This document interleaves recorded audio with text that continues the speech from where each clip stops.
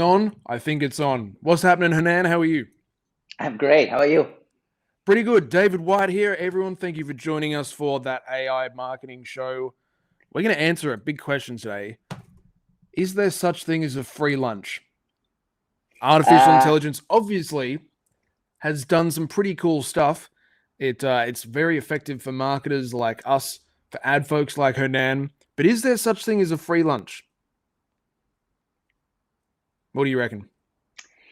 man, it's a tough question. I don't think there is. I think that there might be there might be the proverbial Schrodinger's free lunch. It's like there is and there isn't a free lunch at the same time. You see the Schrodinger cat, the cat that exists and it doesn't exist at the same time, Oh yeah, quantum that's right. mechanics. So it might be, but anyways, I'm not entirely sure. Yeah, I'm not a vet, so I can't speak to that personally. But here's the thing. Here's what we want to figure out. Artificial intelligence obviously is ridiculously cool, but there are a few tricks for new players that you need to be aware of. So we want to bring up some thoughts and some observations that we have seen ourselves in using artificial intelligence so you don't make the same mistakes. Now, before we begin, Hanan and I are going to run through a couple of things here. We have a report that we release every quarter about what is working now in artificial intelligence for marketers and business owners. You can get that by going to www.learnmarketingai.com/report. Go and grab that. We'll send it to you. It's got a whole bunch of useful prompts and tools and those sorts of things in there. And with that said, Hanan, I think I want to start off today by asking you, what is the number one thing that you have found to be like a negative with artificial intelligence in marketing?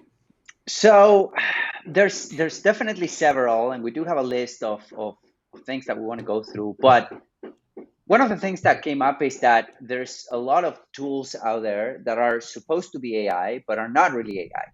They're just using the word AI as both a marketing buzz or a marketing play, or in order for them to get funding or to get something like that, right? Like to get um, um, information from the public, or it's mostly like a buzzword right now. Like anything is AI.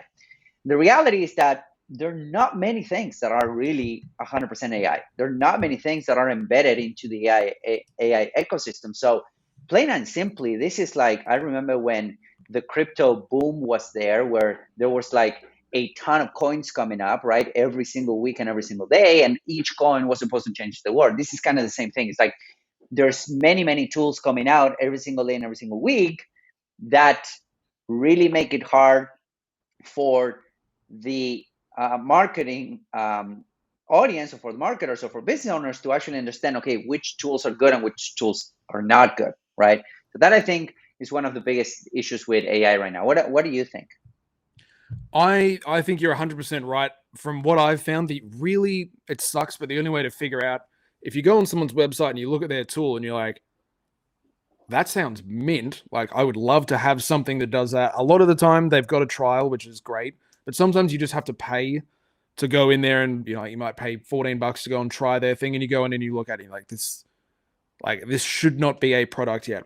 But here's the Mhm. thing: please be cool to those people. Like, if you see someone who has an AI, like thing that you make a YouTube video and then it writes descriptions and pulls quotes for you and makes what are they called, chapters and those sorts of things. If you Mhm. see something like that and you don't like it, be cool to those people because they're actually trying to make a cool product. Just tell them what you didn't like and say, hey, can I just respectfully ask for a refund? I will be back when this is better. That's my thinking there. Like, if it was up to me, I wouldn't let people put a product on the internet unless it was finished and ready to use. But Mm. yeah, that is a trap. And the other thing as well, if you don't have a critical eye, you might look at something like, I'm not going to name names. You might look at a tool and think, I've got to work to make this. I've got to figure out how to make this work because this is supposed to be artificial intelligence. Everyone tells me this is the future. Like, I'm missing out if I'm not using this stuff. And a lot of the time, the product, it's just not ready. And if you waste time trying to figure it out, you're wasting time. So Yeah. just everyone try and be cool to each other, but be super critical because there is stuff out there that should not be used yet. Yes, totally. And that goes to the next point, kind of in a way, that there's some tools that are actually making your life harder, right? There's some tools that could make and will make your life harder. Right. One of the promises that we always make at Learn Marketing AI, the AI Marketing Hub, which you can learn more about if you go to learnmarketingai.com, is that the goal of artificial intelligence should be twofold. Should be to increase the quality of your output as a marketer or as a business owner that uses marketing, right? And should also save you time. So that's the goal. But when you have a too much convoluted slash shiny objecty kind of process and approach to things, things take longer than they should, right? And that's the complete opposite direction that you should go with AI. AI should be used in a way that will make your life easier and would make your mundane task or monotonous or repetitive tasks easier, faster, automated to a degree, so that it will free up your time to dedicate yourself to more strategic thinking, right? At least in terms of marketing. But I think that could be a big deal if you're trying to use all of the AI tools that are out there right now, because there's a lot of time involved in actually going through these tools and taking a look and seeing if they're going to be any effect, if they're going to have any effectivity at all in your marketing. So I think that AI can definitely make your life harder if you let it, especially with those half-baked tools. What do you think about that? Yeah, you and I talk about this a lot. I hadn't really thought about this until you just mentioned it, but AI should be used first as a tool for elimination, and then you bolt things on. So, like, let's say, like, one of the things that we teach in one of our programs is marketers do different things. They generate assets. So, like, I sit down on my computer, there is no blog, and then an hour later, once I'm done in front of my computer, there is a blog. I generated it from nothing, or we generate a webinar, or what have you. We divide assets, like, let's say, a YouTube video up into clips. We compress the information in an asset, like we get the information from this YouTube video, we summarize it in an email, we send it to our list.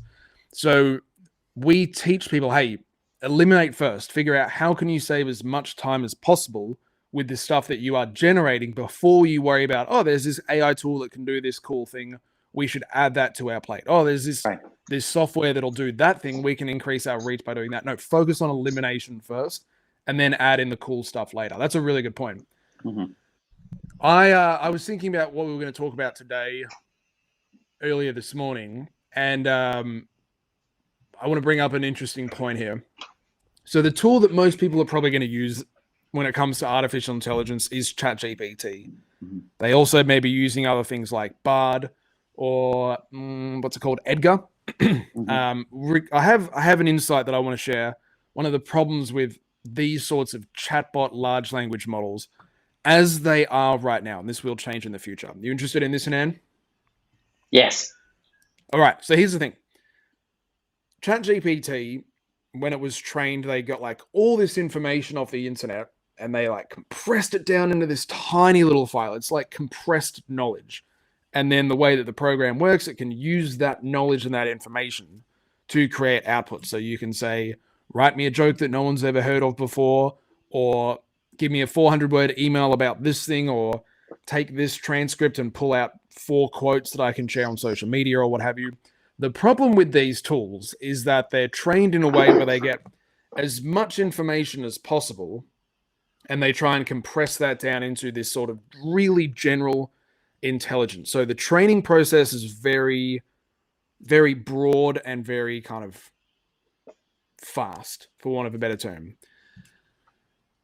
If I had to ask you, Hanan, if we think about the average marketing content, the average marketing that is being done out there on the internet, would you say that that is good enough to rely on when it comes to robots, or is the average marketing kind of, what's the nicest way for me to say this, a bit crap? I would say it's a big crap, but not only it's a big crap, I think that the vast majority, especially for us that we come from a direct response school, the vast majority of marketing and marketing pieces and everything, they have to do with branding. They have to do with this type of stuff, right? Like branding, social media, and whatnot, which might not be in line with what we're trying to achieve as direct response marketers through direct response advertising. So you need to give the tool a lot of guidance for you to get what you need. So I do agree with you that it's being trained on a crappy model slash different school of thought when it comes to marketing and advertising and all of that. So yeah, I do agree with you. So here's what our viewers will notice when they are using tools like ChatGPT. It will default to the average. So you'll say to it something like, write me a sales page for my photography course, or for my cycling coaching program, or for my guitar lessons. And it'll just spit out really like super average stuff, like elevate your photography game. Are you tired of going on long cycling training rides and not getting any faster? Transform your guitar playing. Like, those are the sorts of things that it will kind of try and start your marketing message with. If you say to it, write me a sales page, write me an email, write me a video opening or something like that, average crap. So what a marketer needs to know how to do is explain to ChatGPT or any of the others that you use what a good email, what a good opening of a sales letter, what a good introduction to a blog actually looks like. And if you can tell it, then it can go, oh, all right, I don't start with a "are you tired of X" question. I'm going to start out this blog with some social proof and a big, like a big statement. Or I'm going to start out this video script with a pattern interrupt or something like that. So trusting that, or relying on the average library of knowledge inside one of these chatbots, is a mistake, I feel, because the outputs that you're going to get are average. You can make a really, really significant difference to the quality of what you get from a chatbot like ChatGPT if you just tell it, hey, a really good blog introduction starts with social proof or a scientific study and a massive obnoxious statement that kind of, knocks people off balance and gets them interested in what I'm about to say. And then ChatGPT will do that for you. So don't trust the library of stuff that's in there. Yeah, no, I do agree with that. I do agree with that. And it's not only that, that's the only thing, is that, funny enough, today I was kind of transcribing one of our classes, turned that into a guide, right? Like I was generating, or I was repurposing, if you would, one of our classes that we did, and turning that into a guide that we're going to give away for free, and turn it into a PDF, a lead magnet, something like that. And and then at some point, the robot ChatGPT started hallucinating. Like it started coming up with stuff that was not at all in the class, right? Like, for example, it will add a section of the guide or the PDF about case studies. And it started inventing these case studies, right? We started coming up with case studies that I never talked about in the class, right? So that was kind of funny to see. But there's also something that you need to pay attention to. It's like there will be these hallucinations where it comes to inventing facts, inventing stories, like it can actually invent case studies and testimonials for you if you ask it. If you ask it nicely, it will do it even better. But that's not the point, right? Those are things that need to be tied to reality. Like you cannot just invent a case study. You cannot just invent a testimonial, right? That's why they're called case studies or testimonials, because they need to be real people and real success behind them. So, started inventing all of that, hallucinating about all of that, which I thought it was interesting to see. And then, of course, with proper guidance got corrected, but I just had a bunch of, text that I couldn't use because it just started creating case studies out of nowhere. So that was interesting. Yeah. It's funny because I think from everything that I've learned, ChatGPT, I don't know what word to use except for thinks, but ChatGPT thinks it's kind of like in a play with you, like actually on a stage, like kind of doing a performance, and you're playing a role and it's playing a role. So if you ask it to write an email or to, like create a PDF like you're talking about, it's like, oh, well, in this instance, we'd normally put in a case study. So I'll just give a case study. And it doesn't get like, hey, dude, like you can't lie in this play. Right. You have to tell the truth in this play. I don't know how it's really weird trying to explain this concept. I wish I could find someone who could do it better than me, but it thinks it's in a play. You're an actor and it's an actor. Yeah. So you got to be really mindful of that. And that segues perfectly into the last point that I want to talk about, which is when you are doing work, there's just certain times when you have to be really switched on. So you and I right now, like we can't just sort of stop working for 5 minutes and be like, oh, check the weather, like what are the, like read the news. We have to be focused on this. If you're doing a sales call, that's another example of a time when you have to be really switched on and focused and you can't let your mind wander. If you're writing a sales page, for example, you got to be switched on because the stakes in all these instances are pretty high. Like if I switch off for 4 or 5 minutes now, this video is going to suck. There's just no way around it. Whereas if I'm, like writing an email or coming up with ideas for a product or what have you, I can, like take 5 minutes and just look out the window and just let my brain reset or whatever.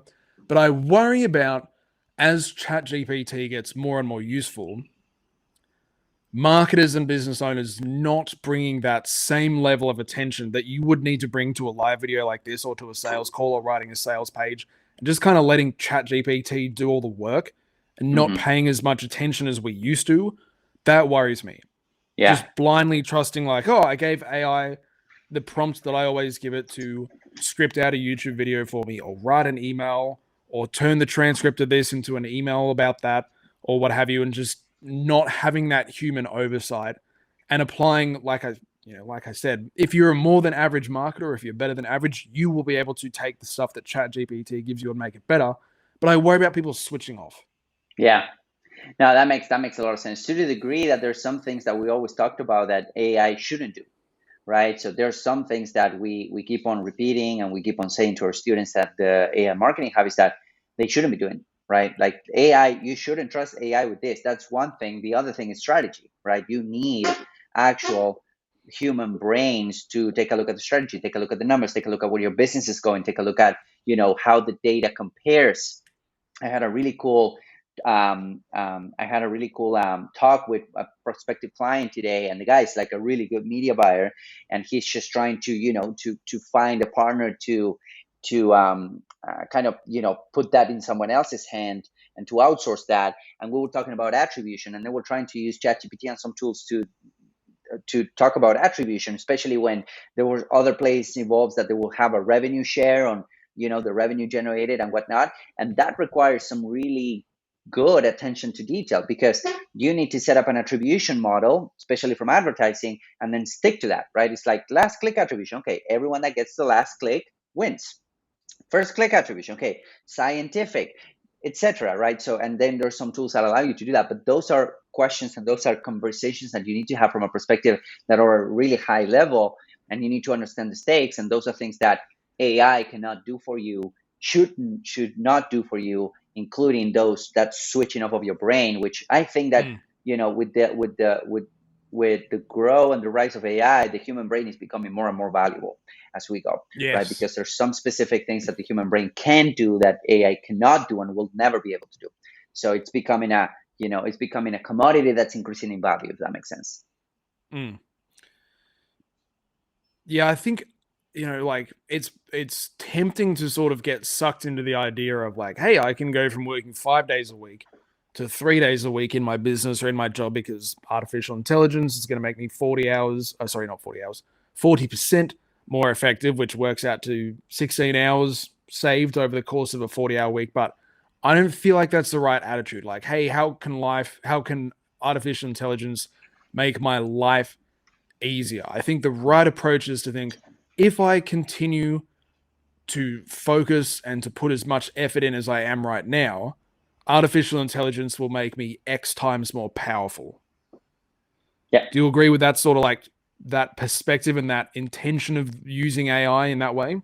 I do agree. And with great power comes great responsibility as well. I've never heard that before. No, you never? Okay. Well, there's a little guy called Spider-Man who talks about it. Spider-Man's uncle talks never about heard it. Of him. Yeah, sounds like a scammer. Yeah, sounds like an Uncle Ben type of guy. But yeah, I do agree with you. And then what you do with that extra power is up to you, right? Like we talk about how AI can definitely help you save some time, right? It can definitely help you save some time, but there's some things that it shouldn't do, nor you should expect it to do. But it's a great co-pilot. It's a great team. It's a great team member or team or full team, right, for you. So yeah, so that's what I would say about that. So. Magic. Well, if that's what you think, then you must be right. I saw it on the internet. I saw it. It must be true then. Yeah. Must be 100% true then. Yes, sir. All right, dude. I know we got to go because you've got a hard stop pretty much now. So thank you for your time, sir. For everyone who is watching, go to www.learnmarketingai.com/report. Go and download our report on what is working now with artificial intelligence in marketing, and we will see you really soon. Bye, everyone.